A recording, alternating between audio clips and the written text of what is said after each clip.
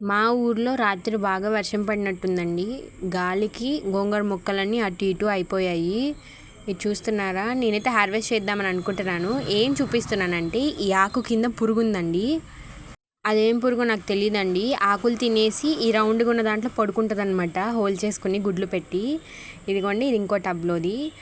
So ఎలాగో ready అయిపోయినాయి కాబట్టి హార్వెస్ట్ చేసుకుందామని అనుకుంటున్నాను. గోరుచిక్కుడుకాయ మొక్క చూడండి ఎలా వంగిపోయిందో.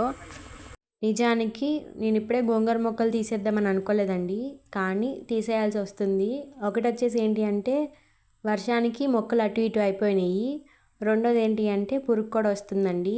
మనకు ఆల్రెడీ ఎక్స్పీరియన్స్ ఉంది కదా, తోటకూర మొక్కలు కోసుకుందాం అనుకునే టైంకి దానికి పురుగు వచ్చి చాలా వరకు పోయింది. ఈసారి అలా అవ్వకూడదని చెప్పి ముందే తీసేస్తున్నాను. ఇక్కడ ఒక ఘనకార్యం చేశానండి. ఇటు చూడండి, జాగ్రత్తగా పెంచుకుంటున్న కాకరకాయ మొక్కని ఇరిపేశాను. ఫ్లోలో జరిగిందండి, కావాలని చేయలేదు. కోసుకొని చూపిస్తాను. ఇక్కడ చూసారా, నేను ఒక పెద్ద బంచ్ అయితే గోంగూర హార్వెస్ట్ చేశాను ఈరోజు. చాలా హ్యాపీగా ఉంది. ఇలా నేను చాలా కోసుకోవాలని అయితే కోరుకుంటున్నాను. నా వెరైటీ వచ్చేసి నాటు గోంగూర అండి. చాలా రకాలు ఉంటాయి గోంగూరలో కూడా.